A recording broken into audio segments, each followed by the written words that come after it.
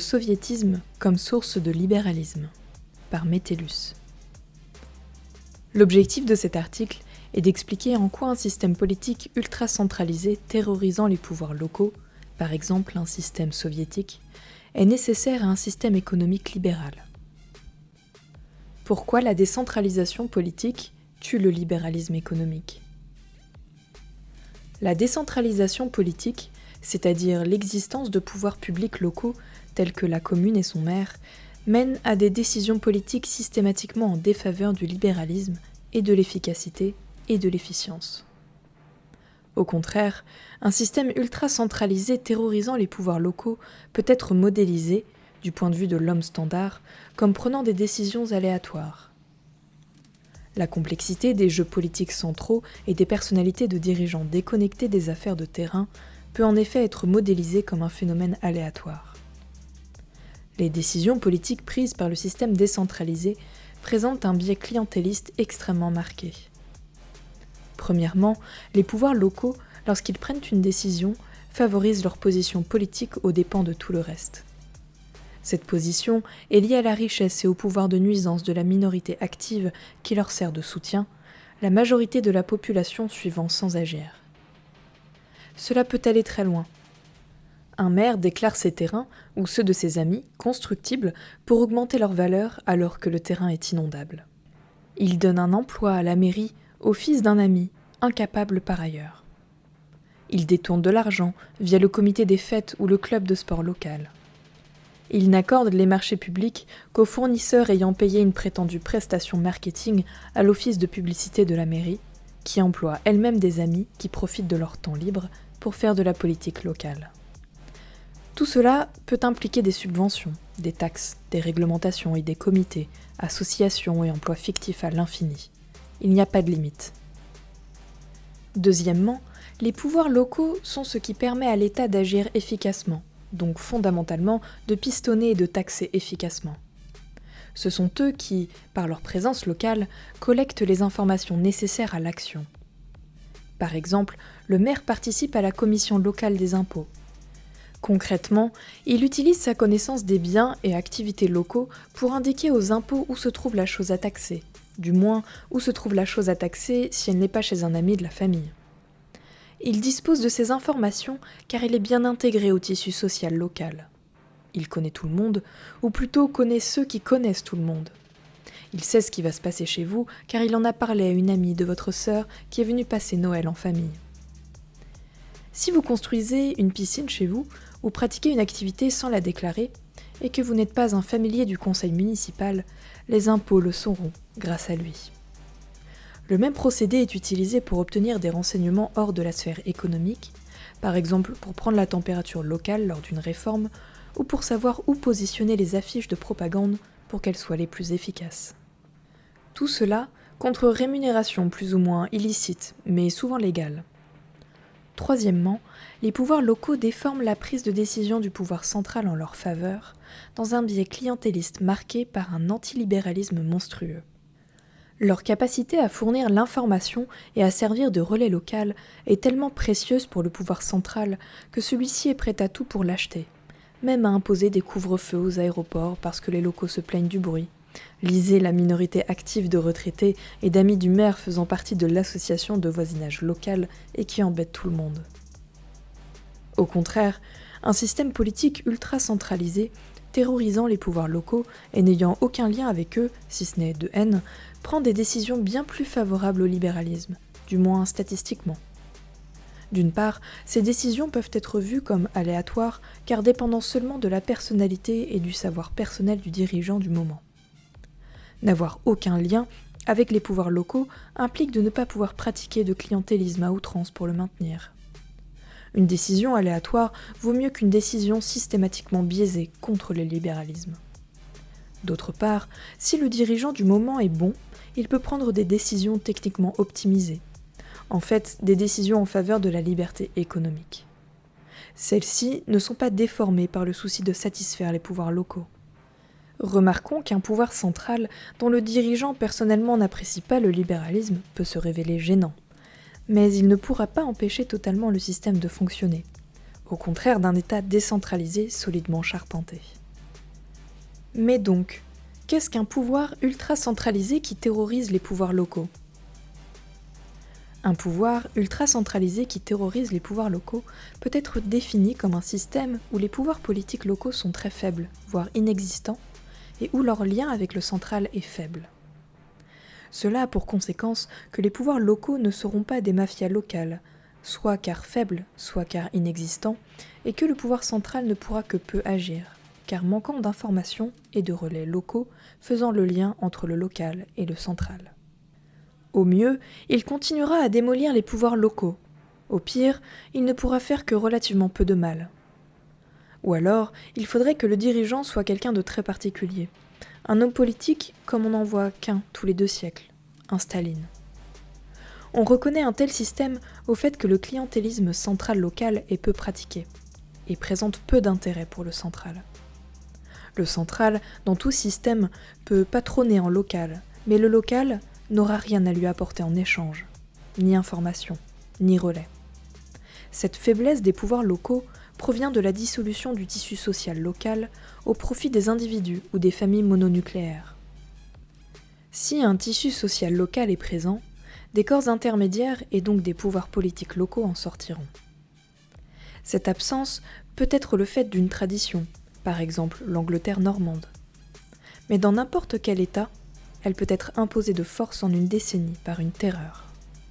Une terreur consiste pour le central à détruire le lien social local en détruisant la confiance locale qui pourrait mener à la formation de corps intermédiaires. Cette destruction passe simplement par la pratique de la délation à outrance envers les corps intermédiaires identifiés ou même potentiels. Délation avec sanctions associées. Staline, so to say. Cependant, il existe des manières de faire avec moins de dégâts collatéraux dans le cas d'un système présentant une composante centraliste non nulle, comme la France. Le principe de base est de tout faire remonter au niveau national, puis de privatiser, quitte à distribuer des chèques directement de l'État aux individus pour qu'ils puissent se payer le service. La distribution du RSA a remonté du département au national. Les HLM, des offices municipaux HLM, on passerait au bureau central des HLM. Des mutuelles, aux mains des pouvoirs locaux, préférer la sécurité sociale nationale, avec 3 fois moins de frais de fonctionnement à la clé. La presse locale, des socialistes subventionnés par le local, à dissoudre. Des clubs de sport liés au maire, vendez-les à un grand groupe comme Decathlon. C'est ce qu'a fait Javier Milei avec les prestations sociales. En désintermédiant, les pauvres n'ont jamais reçu autant d'argent. Et ils aiment cela. Et ils voteront pour lui pour cela. En parallèle, remplacez les maires par des city managers professionnels issus de grands cabinets de conseil et dissolvez autant de corps intermédiaires que vous pouvez. Une fois que tout est remonté au niveau national, c'est-à-dire que l'emprise des pouvoirs locaux s'affaiblit, affermez ces activités à de grands groupes, multinationales si possible, ou privatisez-les carrément, voire supprimez-les. Comment imposer de telles mesures ? Par la délation des opposants, par la force brute. Au XVIIe siècle, on logeait la troupe chez l'habitant, par l'affermage. Payez une société de sécurité privée pour faire respecter vos décisions. Le maire et les conseillers départementaux, députés, sénateurs, ce sont les mêmes de toute façon, se battront pour leur survie et n'hésiteront pas à entrer dans l'illégalité plus ou moins profonde. Il faut faire respecter la loi et ne pas se contenter de l'apparence de la centralisation. Le préfet, représentant du central, est en fait à la botte des maires qui risquent de faire remonter leur mécontentement s'ils ne les écoutent pas. En plus, vous pourrez sortir des répliques classes comme « Les députés appartiennent à la nation entière et non à leur circonscription »,« Force reste à la loi »,« La nation » ou encore l'intérêt général face à l'égoïsme local. Les États-Unis et la Russie post-soviétique. 2 systèmes ultra-centralisés sont les États-Unis et la Russie post-soviétique. Aux États-Unis, il existe 2 niveaux de pouvoir qu'on peut appeler central car déconnectés des pouvoirs locaux, le fédéral et le national. Les hommes politiques locaux ne sont pas des hommes politiques nationaux, qui ne sont pas particulièrement les hommes politiques fédéraux. Il n'existe pas de cursus honorum comme en France, où une carrière politique classique est comité des fêtes, conseil municipal, maire, conseiller général au département, puis sénateur, puis ministre, puis Barnier. DeSantis n'a pas plus de chances d'être président des USA parce qu'il est gouverneur de Floride que Musk parce qu'il est PDG de Tesla, ou encore Taylor Swift parce qu'elle est pop star. Au niveau local, 40% de la population vit dans des incorporated areas, où le pouvoir communal local n'existe pas. Le pouvoir le plus proche se trouve au niveau du comté, équivalent en surface du département. Dans ces zones, et même dans des communes sans police municipale, le maintien de l'ordre est assuré par le shérif. Il est un véritable agent anti-pouvoir local, car il ne rend de compte qu'au gouverneur, même s'il exerce sur un territoire correspondant au comté. Il est certes élu, mais avec une participation de 10% et une inertie énorme. Il reste de fait shérif à vie, où son adjoint prend sa place. Historiquement, il était nommé par le gouverneur. Il n'est pas rare que des pouvoirs municipaux abandonnent leur police municipale et payent plutôt le shérif du comté pour faire régner l'ordre. Dans les zones incorporated, souvent, les conseils municipaux, notamment depuis le début du XXe siècle, font appel à des city managers professionnels plutôt qu'à des maires issus du local. Ceci affaiblit le pouvoir politique municipal qui est renforcé en présence de l'unité politique carburant au compromis que constitue le maire. L'État, ou même les fédéraux, plutôt que de négocier avec un pouvoir local pour qu'il fournisse des informations et serve de relais, a tendance à créer des sections locales dédiées à la tâche à accomplir, par exemple des Special District Zones, à compétences fonctionnelles exclusives. Pire, le fédéral crée des agences pour contourner les pouvoirs locaux et nationaux, dont le plus célèbre est le FBI, différent de la police de l'État, du shérif et de la police municipale. Le FBI a une tradition de brutalité qu'on retrouve dans les films américains où il est acteur. La brutalité vient du manque d'informations, restreignant l'action aux brute force. Pour les métropoles, souvent incorporated, les suburbs sont souvent unincorporated. Ils ont tendance à former leur propre pouvoir municipal, ou l'ont eu au cours du XXe siècle, pour imposer du zoning résidentiel, pour éloigner les immigrants et les Noirs. Mais aujourd'hui, l'appauvrissement relatif de ces suburbs par rapport à des centres-villes subventionnés semblerait avoir l'effet inverse pour des raisons que je n'explique pas encore. Ajoutez à cela une polarisation politique à l'échelle des États-Unis entiers sur des questions absurdes telles que l'avortement et le clientélisme local ne peut fonctionner. Le seul moment où le central coopéra significativement avec le local fut le New Deal. Le fédéral collabora avec les pouvoirs municipaux et avec les États pour imposer de l'étatisme. Celui-ci ne fut repoussé que dans les années 80, après des décennies d'affaiblissement des pouvoirs locaux, tant par les démocrates que les républicains, certes inconsciemment. Chacun avait par ailleurs des politiques d'objectifs opposés. Casser du local, c'est bien, quelle que soit votre intention. Les solidarités locales, qu'on évoque souvent en parlant des USA, sont organisées sur le fondement de la secte.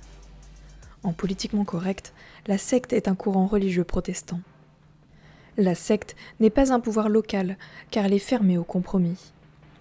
Si elle s'y ouvre, ce n'est plus une secte, et une faction réactionnaire opère un schisme pour refonder la secte, la faction compromise déclinant rapidement par perte de ses adhérents les plus motivés.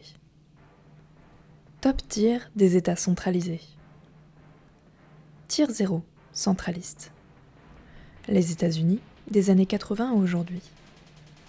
L'Angleterre, de la Révolution industrielle, de 1600 à 1830. La Chine des Song. La France napoléonienne et de la première Restauration. La centralisation déclina continuellement entre 1830 et 1870. La Russie de Poutine. Et le Saint-Empire romain germanique, avant Frédéric II de Hohenstaufen. Tier 1, semi-centraliste. La Chine des Tang. La République romaine avant la guerre sociale. La France de De Gaulle et Pompidou. Les Francs carolingiens. L'Empire assyrien. La Florence indépendante. L'URSS. La Normandie, Anjou, domaine Plantagenet. L'Empire d'Autriche-Hongrie. Les Habsbourg sont des militaristes qui brutalisent les pouvoirs locaux, mais sont sur un fond décentralisé très fort. Tier 2, semi-décentralisé. les USA du New Deal, la Moscovie des tsars, les royaumes hellénistiques, la Chine des Qing, l'Espagne des Bourbons, l'Angleterre de Thatcher, l'Angleterre de 1830 à aujourd'hui, la France après 1969, la France d'Ancien Régime, Milan indépendante, et la Chine de Qi en cours de centralisation. Tier 3, la décadence. La France de la Troisième République, les États latino-américains à Codilos, Sumer, l'Afrique du Sud après Pik-Botha et post-apartheid, le Japon moderne. Ma position précise reste à construire au sujet de cet étrange pays. L'Empire romain, l'Hispanie wisigothique, la Chine des Ming pire que tout, l'Espagne pré-Bourbon mais post-roi catholique, l'Italie autrichienne, et enfin la Pologne post-Jagellon. Pas encore classée, la Suisse actuelle et les Pays-Bas du siècle d'or, dont certains doutent qu'on puisse vraiment parler d'un État. Cet audio vous a plu ? Abonnez-vous à notre chaîne afin de recevoir tout notre contenu et soutenez-nous sur Tipeee, le lien est dans la description.